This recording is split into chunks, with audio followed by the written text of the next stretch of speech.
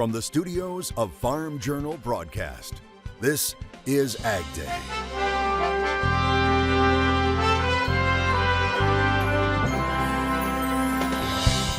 Preserving vegetables the old-fashioned way. Got some extra produce from your garden you'd like to save for later? One Tennessee community has a local cannery open to the public. John Deere announces a new round of layoffs. Why these are only supposed to be temporary. As Senate Democrats release their version of the Farm Bill, but can they get it done in time?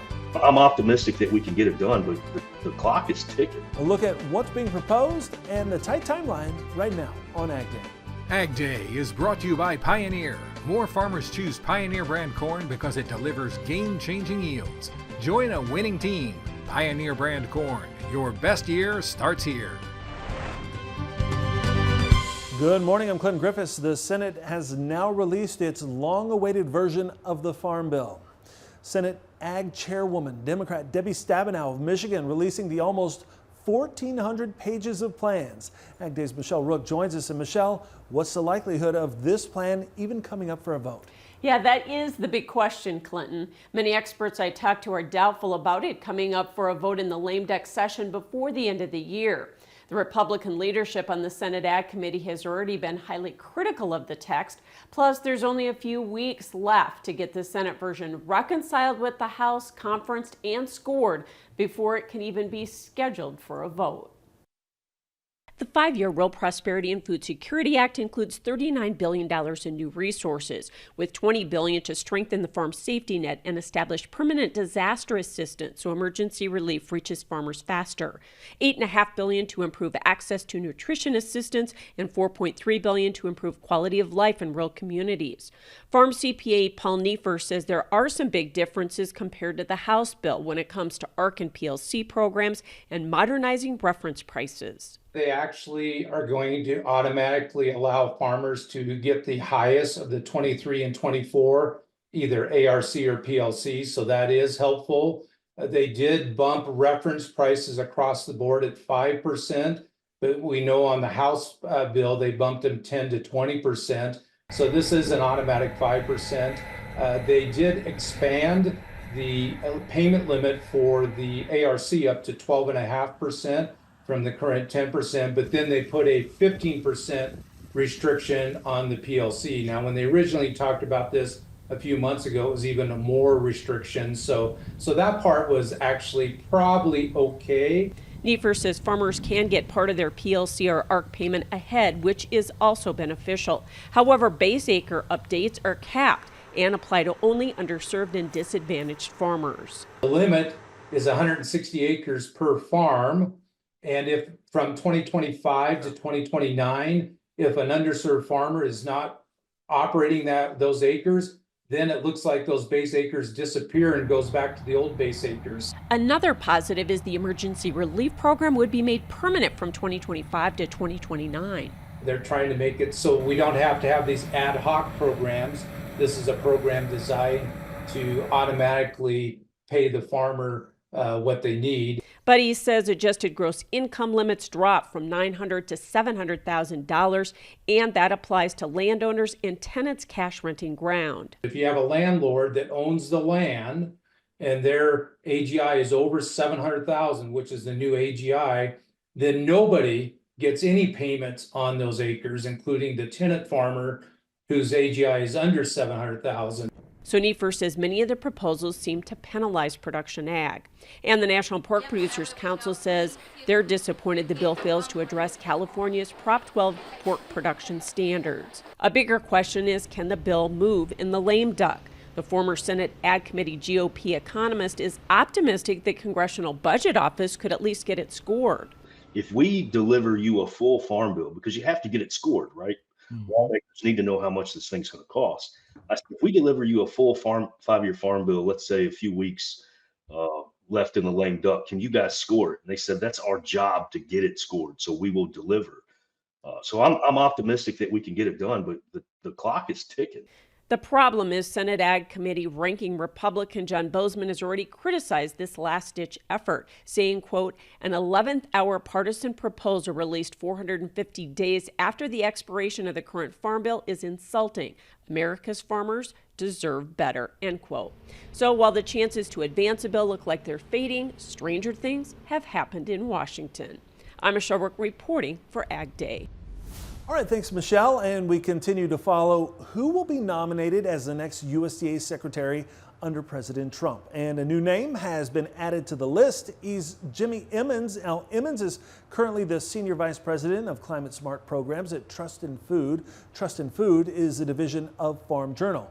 Now, as this process plays out, Emmons is currently on a leave of absence from Farm Journal. Jimmy owns and operates Emmons Farm in Leedy, Oklahoma. He is a no-till farmer and regenerative rancher. He joins a list that now includes 14 names. As we reported last week, at one point there were 15 names on the list, including North Dakota Governor Doug Burgum. Burgum has since been tapped by President-elect Trump for Interior Secretary, and another name leaving the list, Senate Ag Committee member Cindy Hyde-Smith of Mississippi. She says she plans to stay in Congress. We'll continue to profile the possible candidates on agweb.com. The AgDay weather team is tracking a storm system that's bringing heavy rain and flash flooding through the central and eastern Gulf Coast. Meteorologist Elisa Heilman joins us with an update. That's right. We're starting here with our precipitation estimate because we've got a large area of low pressure, a big low pressure system at the surface that's causing rainfall throughout the United States, really south all the way up to the Great Lakes states, even up into Canada. And you're seeing some bigger areas, some larger precipitation estimates in those southern areas. There's some flood warnings, watches, advisories in those southern coastal areas by the Gulf because of this rainfall, this rain system that's moving through. And they're in low-lying areas where they can't handle much rainfall. So that rainfall that they're seeing, some areas, you can see the legend there, above 5 inches of rainfall. So again, seeing some flood concerns there, and even going up near the Great Lakes, starting to see some rainfall there as well. Again, building up into Canada too, some areas of Minnesota seeing that rainfall. And then back on the west coast, the Pacific Northwest is also seeing some rain, some precipitation because of another low pressure system that's moving in off of the Pacific Ocean there. And something that's really helping out moisture levels right now in portions of Texas, Russell French taking a picture of his rain gauge, with recent rainfall measuring 1.8 inches in northwest Amarillo. He says that brings the November total so far to 5.5 inches of rain at his home. He reports that 600% above normal for November. While that might slow down cotton harvest, it's helping out that subsoil moisture for sure. I'll have more on your forecast coming up. More layoffs for John Deere, but these appear to be temporary. Several news agencies are reporting John Deere will temporarily idle its plant in Ottumwa, Iowa. The shutdown will occur from early next month through early January. The plant manufactures hay and forage equipment. Now, the Des Moines Register reports the plant employs less than 400 people. United Auto Workers Local 74 says employees will receive close to their normal pay while the plant is shut down. Deere telling the Register it balances work with projected demand for its products, calling it an inventory adjustment shutdown. Now, the plant had a similar shutdown in August that lasted 3 weeks. John Deere, like other ag companies, has been hit by a slowdown in the ag economy. And while many economists forecasted farm profits would take a hit this year, many ag lenders are now in agreement. The American Bankers Association and Farmer Mac releasing their joint 2024 Ag Lender Survey. The big takeaway here, lenders believe only 58% of farm borrowers will be profitable this year. That's down from 78% in the previous year's study. However, optimism was greater for livestock producers this year over row crop farmers, and the two top concerns listed by lenders for producers were liquidity and farm income. You can read more about the report right now over at agweb.com. Grains and livestock both fighting to start the week in the green. Did they hold on? We'll talk markets next. And later, we're off to Tennessee, where a community cannery is helping gardeners save their crop for later in the country.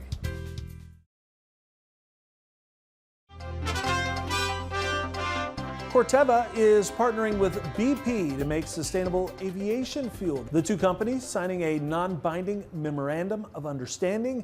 They will form a joint venture with the aim of eventually reaching delivery of 1 million metric tons per year of biofuel feedstocks for SAF production by the mid-2030s.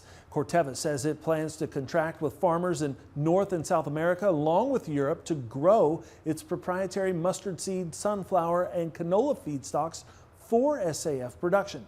Now, the two companies anticipate finalizing definitive agreements next year. Corn started the week with some strength that was spillover from wheat and crude oil. AgDay's Michelle Rook is back to see if the good news can continue in Markets Now. Grains ending in the green on Monday. Ted Seifert is back with analysis. So let's talk about the strength in the grains on Monday. You had geopolitical conflict, but also a lower dollar. That certainly helped, didn't it? Yeah, the lower dollar always helps commodities, right? The idea is that with the lower dollar, it makes our exports more competitive, but also when the dollar is worth a little bit less, that generally means that tangible things, physical things are worth a little bit more. That's the relationship that they hold. So the lower dollar for the first time in quite some time was beneficial for commodities, but you can tie that into the geopolitical concerns that we have as well. Over the weekend, the White House decided that it was going to be okay for the Ukraine to use U.S. provided ballistic missiles for attacks in Russia. And Russia's response to that was that they would not be afraid to use nuclear weapons if attacked on a mass scale. Either way, what that has done is it's really increased conflict concerns once again in a time frame where they had been kind of simmering down a little bit. So let's talk about the fact that we did have strong technical closes, but the one piece of news information we didn't have out before the close was an agreement between China and Brazil. And so do you see that having a negative impact or what? Yeah, the headline was that there were going to be an announcement on Wednesday of agreements in agriculture between Brazil and China. And, to me, it sounds a lot like, what happens or what used to happen when the Chinese delegation would come here in Des Moines and then, sign purchase agreements for like 10 million metric tons. I think it'll be something like that. But I think it'll be politically motivated, and I think it could be a really big number. Like we could be talking, 15 or 20 million metric tons of soybeans. And I'm going to say, I think there's going to be some corn in there as well. And it's not like we didn't know that China's doing business with Brazil, but something like that, I think is going to be just a negative reminder for the market. I don't think that would be met with a bullish reaction. Very likely. All right. Thanks so much, Ted Seifert with Zaner Ag Hedge. We'll have more AgDay coming up. For professional marketing advice specifically tailored to your needs, call Zaner Ag Hedge at 312-277-0113. AgDay is brought to you by Pivot Bio. Protect yield potential with a new mode of action in nitrogen. See how Pivot Bio fits into your fertility plan at talknitrogen.com.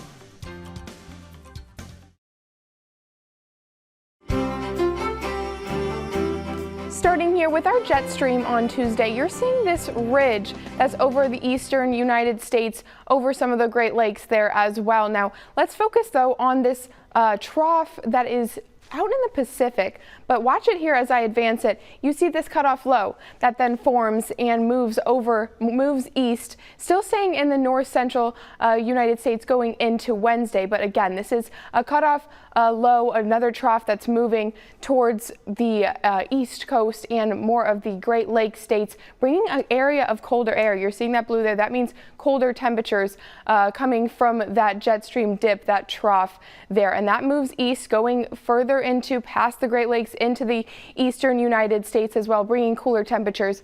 And then to the west, we see another area, a ridge forming back on the west side of the United States. As we advance it here, we see that move slightly to the east and still seeing that trough throughout the central, or really most of the United States, and still seeing that colder air to the east. Now advancing further, this is Saturday into Sunday. We see most of this jet stream levels out, but still that cold air to the north, and we're definitely going to be starting to see some cooler temperatures, starting to feel like those wintry conditions for this rather warm November that we've seen. Precipitation outlook November 25th to the 1st.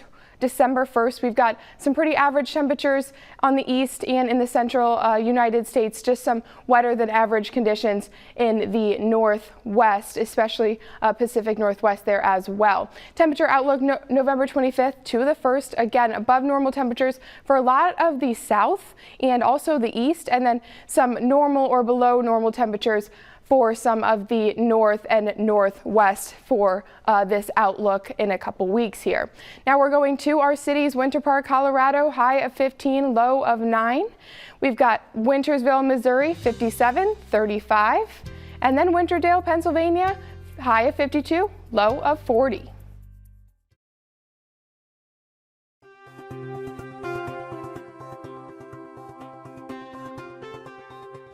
Oregon is now confirming its first human case of H5N1. The U.S. Centers for Disease Control and Prevention says the infected person is linked to a previously reported outbreak tied to a commercial poultry operation in the state. The state health authority says the virus was confirmed in 150,000 birds at that operation. Meanwhile, California is reporting 5 additional cases. 2 cases are reported in Madera County, California. There's also a case reported in Fresno County. Right now, there are 52 confirmed reported cases in the U.S., with 26 cases in California, reporting cattle as a source for exposure. And health officials continue to say the risk to the general public remains low. Cheese prices recently reached their lowest level since April, and butter has been moving sideways, but there are some bright spots in the market. Robin Schmall writes for dairyherd.com that non-fat dry milk and dry whey prices are doing well, with the grade A non-fat dry milk price moving to the highest level since November of 2022, and the dry whey price reaching the highest level since April of 2022. Now, he reports the strength of those powder prices has done a lot to limit the decline of Class 3 and Class 4 prices due to weakness of butter and cheese. And he says milk production hasn't rebounded as much as anticipated this fall, but he says demand has also not rebounded as much either. You can read more on Robin's thoughts on the outlook for milk production and prices in the future over at dairyherd.com. From the dairy barn over to the garden, we're off to Tennessee next to see how this community cannery is helping produce growers keep their garden favorites fresh all year long.